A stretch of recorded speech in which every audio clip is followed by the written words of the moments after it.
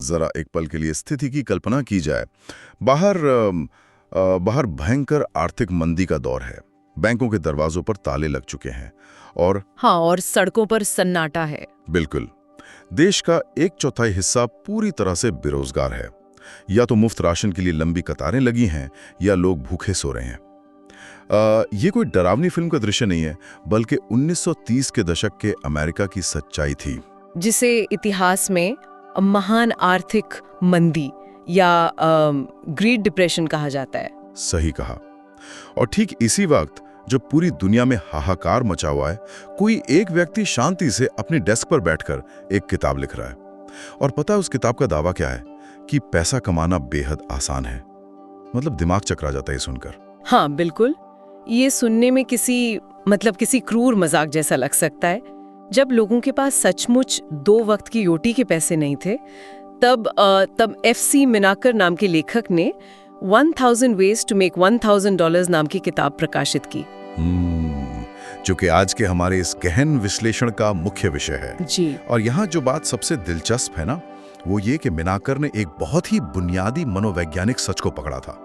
देखिए, जब अर्थव्यवस्था गिरती है तो इंसान का दिमाग डर के मारे सिकुड़ जाता है। हाँ, लोग मान लेते हैं कि दुनिया से पैसा ही खत्म हो गया है। बिल्कुल, लेकिन असल में अर्थव्यवस्था के मूल नियम वो कभी नहीं बदलते।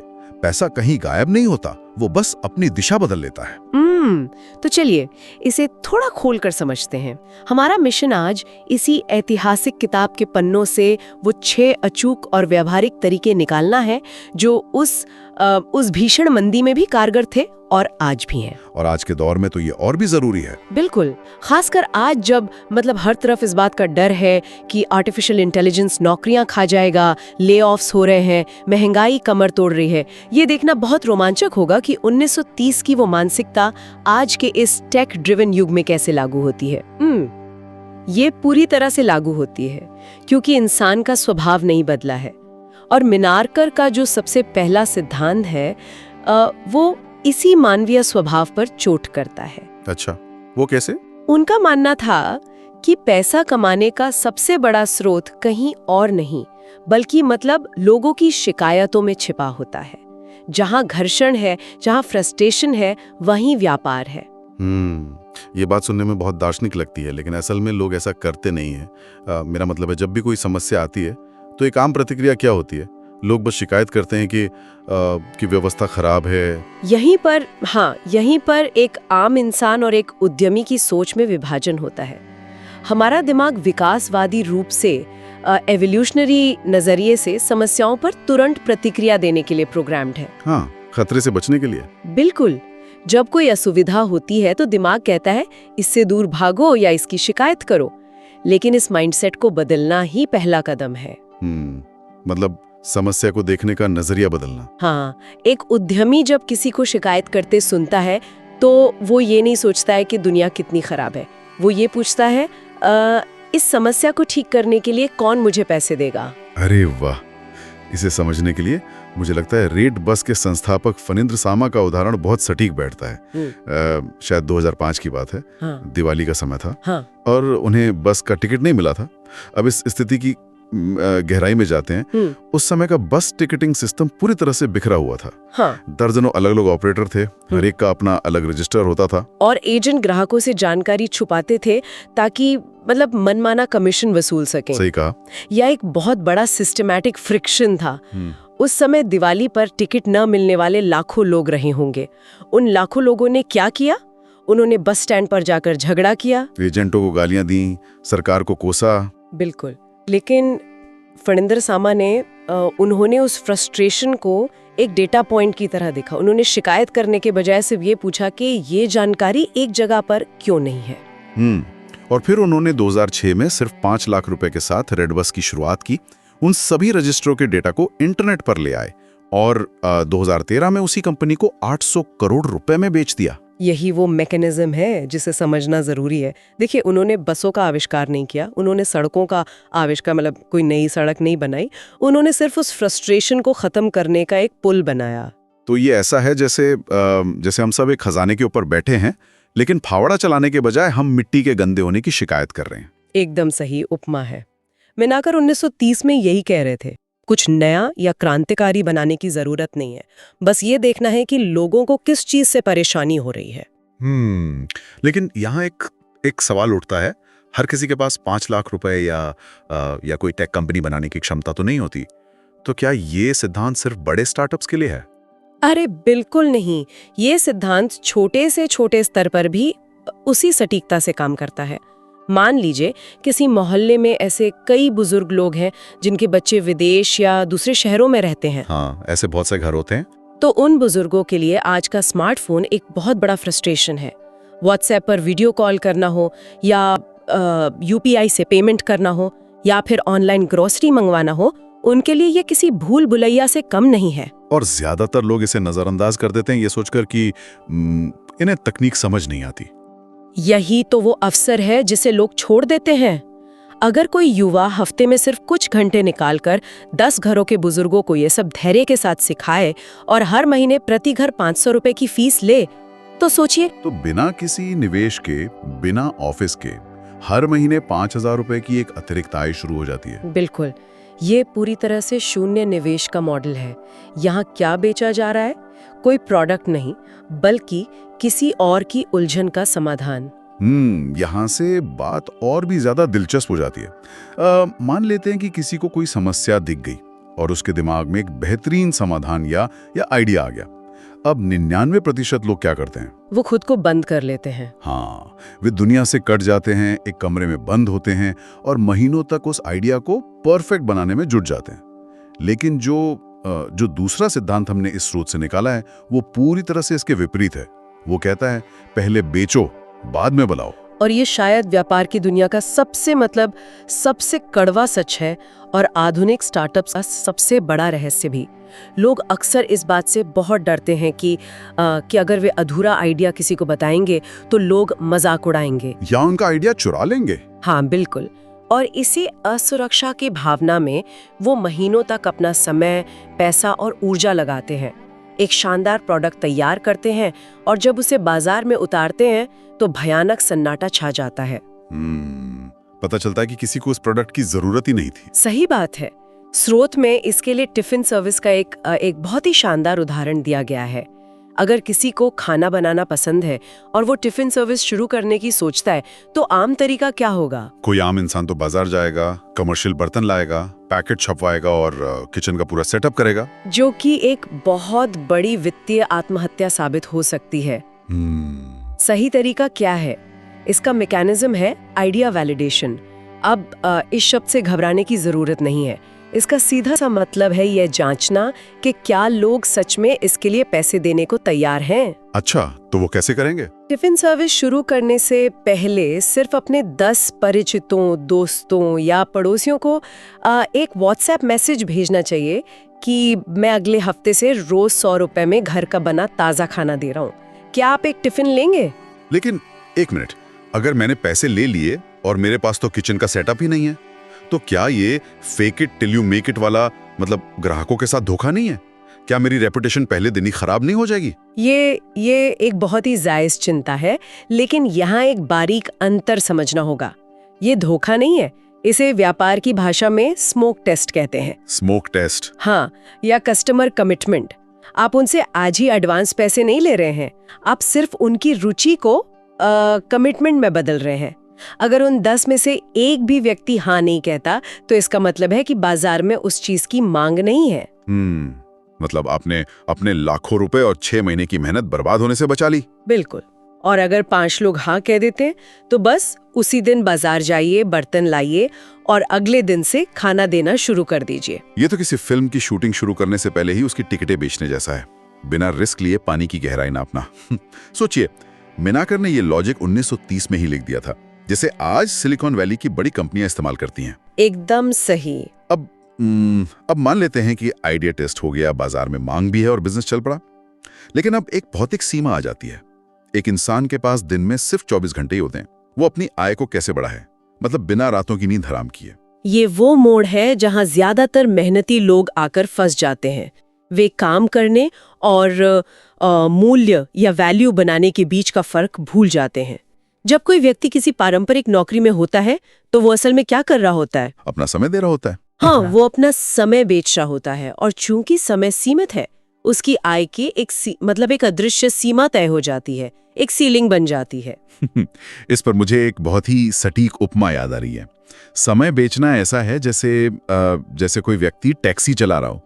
जब तक गाड़ी चलेगी तभी तक मीटर घूमेगा। बिल्कुल सही। जिस दिन वो बीमार पड़ा या उसे नींद आई, मीटर बंद, कमाई बंद।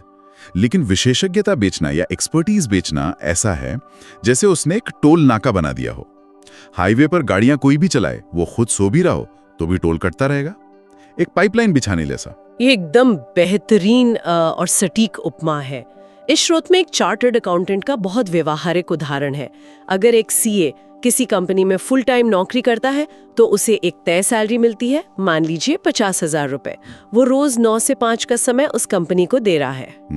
लेकिन अगर वो उस टैक्सी से बाहर निकलकर टोल नाका बनाना चाहे तो वो अपनी विशेषज्ञता को अलग तरीके से पैकेज कर सकता है।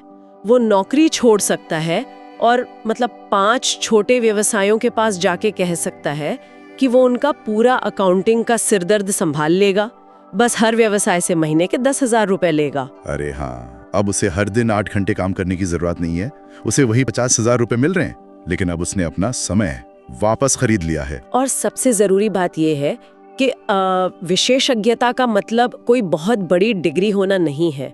आज की इस गिग इकोनॉमी में विशेषज्ञता बहुत छोटी और स्पेसिफिक हो सकती है। जैसे कि मतलब कोई ऐसा व्यक्ति जिसे सिर्फ कैनवा पर डिजाइन बनाना आता हो, या जो आज के एआई टूल्स के लिए बेहतरीन प्रॉम्प्ट्स लिख सकता हो। एकदम सही। जो चीज एक इंसान के लिए बाएं हाथ का खेल है, वो किसी दूसरे के लिए एक पहाड़ जैसी चुनौती हो सकती है। आज ऐसे लाखों छोटे बिजनेस हैं जिन्हें नहीं पता कि इंस्टाग्राम रील्स कैसे एडिट करते हैं या अपनी वेबसाइट के लिए तस्वीरें कैसे बनाते हैं।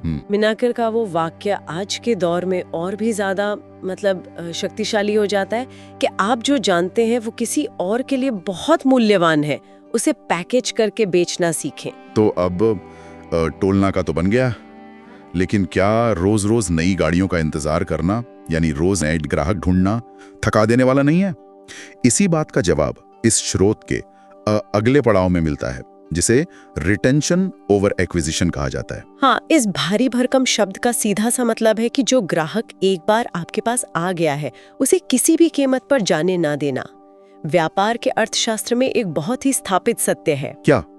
किसी नए ग्राहक को खोजने में, उसे विज्ञापन दिखाने में, उसका भरोसा जीतने में, मतलब उसे पहला सामान बेचने में जितनी ऊर्जा और पैसा लगता है, वो एक पुराने ग्राहक को दोबारा कोई सेवा बेचने की तुलना में लगभग 5 गुना ज्यादा होता है। 5 गुना? बाप रे। स्रोत में एक पेंटर का कमाल का उदाहरण है जो इस मैकेनिज्म को बहुत आसानी से समझाता है। जी बिल्कुल। एक साधारण पेंटर क्या करता है? वो घर आता है, दीवारें पेंट करता है, अपने पैसे लेता है और चला जाता है। वो हर दिन नए घरों की तलाश में रहता है। लेकिन एक चतुर पेंटर काम खत्म होने के 6 महीने बाद जब मॉनसून का मौसम आता है तो अपने पुराने ग्राहक को सिर्फ 1-2 मिनट का फोन कॉल करता है। वो पूछता है, नमस्ते, बस ये जानना था कि बारिश की वजह से दीवारों पर कहीं नमी तो नहीं आ गई? अगर आप कहें तो मैं कल आकर एक बार मुफ्त में चेक कर लूं। और अगर सच में नमी आ गई हो तो वो ग्राहक किसी और पेंटर को क्यों बुलाएगा? वो उसी को काम देगा। ये एक छोटी सी फोन कॉल मतलब उस पेंटर की मार्केटिंग का पूरा खर्च बचा लेती है। यही बात एक नाई के उदाहरण से भी समझाई गई है।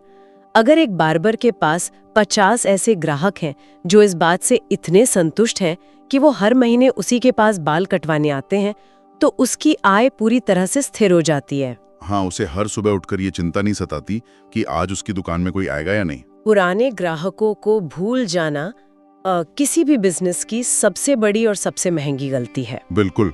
और यहीं पर बात जुड़ती है छोटे कदमों की ताकत से। लोग अक्सर ये सोचकर शुरुआत ही नहीं करते कि जब तक एक बड़ा ऑफिस और 10 कर्मचारियों की टीम नहीं होगी तब तक बिजनेस कैसा। हाँ, ये एक बहुत आम गलतफहमी है। स्रोत में एक बेकर लड़की की कहानी है। वो घर पे सिर्फ अपने दोस्तों के लिए शौक में चॉकलेट केक बेक करने से शुरुआत करती है। इस यात्रा के हर चरण को, हर स्टेज को ध्यान से देखिए। पहले दोस्तों के लिए केक बनाना, फिर जब दोस्तों ने तारीफ की तो इंस्टाग्राम पे एक साधारण सा पेज बनाना, फिर वहां से ऑर्डर्स आने लगे तो एक छोटी सी बेकरी किराए पर लेना। और फिर धीरे धीरे कॉर्पोरेट ऑर्डर्स लेना शुरू करना, जहां 500 कपकेक्स एक साथ जाते हैं और अंत में महीने के लाखों रुपए कमाना। बिल्कुल। तो इन सब का क्या मतलब है? क्या इसका अर्थ ये है कि हमें रातों रात एक बड़ा साम्राज्य खड़ा करने का जो दबाव है उसे खुद पर से पूरी तरह हटा लेना चाहिए? 100%। ये इस बात पर निर्भर करता है कि कोई व्यक्ति मतलब सफलता को कैसे मापता है। जो लोग बहुत बड़ा सोचने की गलती करते हैं वे अक्सर पैरालिसिस बाय एनालिसिस का शिकार हो जाते हैं। वे बस योजनाएं ही बनाते रह जाते हैं। हाँ, मैकडॉनल्ड्स कोई रातों रात खड़ा हुआ ग्लोबल ब्रांड नहीं था। उसकी शुरुआत सड़क किनारे एक छोटी सी बर्गर स्टॉल से हुई थी। मिनाकर का फॉर्मूला बहुत स्पष्ट है, शुरुआत छोटे से करें, क्योंकि पहला कदम उठाना सबसे जरूरी है। रास्ते खुद ब खुद दिखने लगते हैं। बिल्कुल। रास्ते में जो मुश्किलें आएंगी वो किताबें पढ़कर नहीं बल्कि काम करते करते ही सुलझाई जा सकती हैं। विजन बड़ा होना चाहिए लेकिन कदम छोटे। और अब हम इस स्रोत के सबसे आखिरी और सबसे शक्तिशाली नियम पर आते हैं। स्रोत इसे एक डेंजरस या खतरनाक तकनीक भी कहता है, क्योंकि एक बार कोई इसे समझ ले तो पैसे को लेकर उसकी पूरी जिंदगी बदल जाएगी। बिल्कुल। ये वो मतलब बुनियादी नींव है जो तय करती है कि कौन इंसान जीवन भर पैसे के पीछे भागेगा और किसके पीछे पैसा खुद ब खुद आएगा, और वो है वैल्यू क्रिएट करना। हाँ, और ये सिर्फ एक बिजनेस स्ट्रैटेजी नहीं है, ये एक बहुत ही गहरा जीवन दर्शन है। जो लोग सिर्फ इस मानसिकता के साथ काम करते हैं कि मुझे इस आदमी से पैसा कैसे निकालना है, वे अक्सर खाली हाथ रह जाते हैं।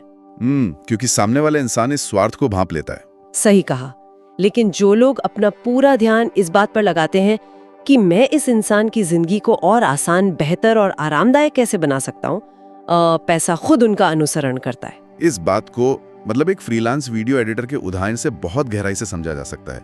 मान लीजिए 2 वीडियो एडिटर हैं। पहला वो है जिसे काम दिया जाता है, वो वीडियो के बेकार हिस्सों को काटता है, पीछे संगीत लगाता है और वीडियो वापस दे देता है। तो वो सिर्फ एक ट्रांजैक्शन कर रहा है। बिल्कुल। लेकिन दूसरा एडिटर सिर्फ एडिट नहीं करता, वो उस वीडियो के लक्ष्य को समझता है। वो सामने वाले को ये भी सलाह देता है कि आपकी वीडियो का शुरुआती हुक थोड़ा कमजोर है, इसे ऐसे बोलिए। हाँ, वो बताता है कि वीडियो की थंबनेल कैसी होनी चाहिए ताकि लोग उस पर क्लिक करें। वो ये भी समझाता है कि वीडियो 15 सेकंड की होनी चाहिए या 30 सेकंड की, ताकि एल्गोरिथम उसे ज्यादा लोगों तक पहुंचाए। तो जाहिर सी बात है, दूसरा एडिटर कोई वर्कर नहीं रह गया, वो एक ग्रोथ पार्टनर बन गया है। अब अगर वो पहले वाले एडिटर से 3 गुना ज्यादा पैसे मांगेगा तो भी लोग उसे खुशी खुशी देंगे। बिल्कुल। और यही मैकेनिज्म एक दुकानदार पर भी लागू होता है। एक दुकानदार सिर्फ सामान बेचकर अपना पल्ला झाड़ लेता है, जबकि दूसरा दुकानदार ग्राहक को ये भी समझाता है कि उस प्रोडक्ट का सही इस्तेमाल कैसे करना है, उसका रखरखाव कैसे करना है, ताकि वो सालों साल चले। हाँ, और वो ग्राहक अगली बार आंख बंद करके उसी दूसरी दुकान पर जाएगा। ये तो चुंबक बनने जैसा है। लोहे के टुकड़ों के पीछे दौड़ने के बजाय अपने आप को इतना शक्तिशाली चुंबक बना लो कि लोहा खुद खिंचा चला है। अगर इसे नौकरी पेशा लोगों के नजरिए से देखें तो भी ये पूरी तरह सच बैठता है। बिल्कुल सच है। किसी भी कंपनी में उसी कर्मचारी को प्रमोशन मिलता है जो बॉस के पास सिर्फ समस्या लेकर नहीं जाता, बल्कि उस समस्या की 2 समाधान भी लेकर जाता है। वो इंसान कंपनी के लिए इर्रिप्लेसेबल बन जाता है। उसे नौकरी से निकालने के बारे में कंपनी सोच भी नहीं सकती। यही वैल्यू क्रिएशन का असली जादू है। जब कोई व्यक्ति लगातार दूसरों के जीवन में वैल्यू जोड़ता है तो वो एक ऐसा मजबूत नेटवर्क तैयार कर लेता है जो मंदी के दौर में भी उसे गिरने नहीं देता। तो अगर हम इस पूरे ऐतिहासिक खजाने को समेटें तो हमने मिनाकर की 1930 की उस किताब से 6 बेहद व्यवहारिक और शक्तिशाली तरीके सीखे। पहला, जहां लोगों की शिकायतें और फ्रस्ट्रेशंस हैं, वहीं बिजनेस का सबसे बड़ा अवसर है। दूसरा, प्रोडक्ट बनाने से पहले उसे स्मोक टेस्ट करके बेचना सीखें ताकि महीनों की मेहनत बर्बाद ना हो। तीसरा, अपना सीमित समय बेचने की टैक्सी से बाहर निकलें और अपनी विशेषज्ञता का टोल नाका बनाएं। चौथा, रोज नए ग्राहकों के पीछे भागने से बेहतर और सस्ता है पुराने ग्राहकों का ख्याल रखना। बिल्कुल सही। पांचवा, बड़ा विजन रखें लेकिन शुरुआत हमेशा छोटे और बिना रिस्क वाले कदमों से करें। और छठा और सबसे अहम, लोगों के जीवन में वैल्यू क्रिएट करें, उन्हें अपना पार्टनर समझें, पैसा एक बाय प्रोडक्ट की तरह खुद आएगा। इस चर्चा का एक अंतिम और बहुत ही कड़ा संदेश ये भी है कि जिसे अक्सर पैसे की कमी या संसाधनों की कमी कहकर रोना रोया जाता है, वो असल में आइडियाज की कमी नहीं बल्कि एक्शन यानी कदम उठाने की कमी होती है। बिल्कुल सही बात है। किसी परफेक्ट समय का इंतजार करना बिल्कुल व्यर्थ है, क्योंकि वो परफेक्ट समय कभी नहीं आता। जो भी संसाधन आज मौजूद है उसी के साथ शुरुआत करनी होती है। बिल्कुल। और यहाँ जो बात सबसे दिलचस्प है और जिस पे सोचने की जरूरत है, जरा विचार कीजिए, अगर 1930 की उस महान मंदी के दौर में जब बैंक दिवालिया हो चुके थे, खेतों में धूल उड़ रही थी, हाँ, अर्थव्यवस्था पूरी तरह तबाह थी, अगर उस भयानक अंधकार में भी मिलाकर 1000 अलग अलग तरीके खोज सकते थे, तो आज की दुनिया को देखिए। आज इंटरनेट है, पूरी दुनिया एक ग्लोबल मार्केट बन चुकी है, एआई हर दिन नई टूल्स दे रहा है। इन तकनीकों ने हमारी जिंदगी आसान तो की है, लेकिन साथ ही करोड़ों अनगिनत नई उलझनें, समस्याएं और जरूरतें भी पैदा कर दी हैं। तो क्या ये कहना गलत होगा कि हम मानव इतिहास के सबसे सुरक्षित और सबसे ज्यादा अवसरों वाले युग में जी रहे हैं? बिल्कुल नहीं। तो बस अगली बार जब कोई भी नई तकनीक या बदलाव डराए या किसी और सुविधा को लेके फ्रस्ट्रेशन हो और मन शिकायत करने का करें, तो बस एक पल के लिए रुकना और खुद से एक सवाल पूछना, क्या यही मेरा पहला बिजनेस आइडिया है?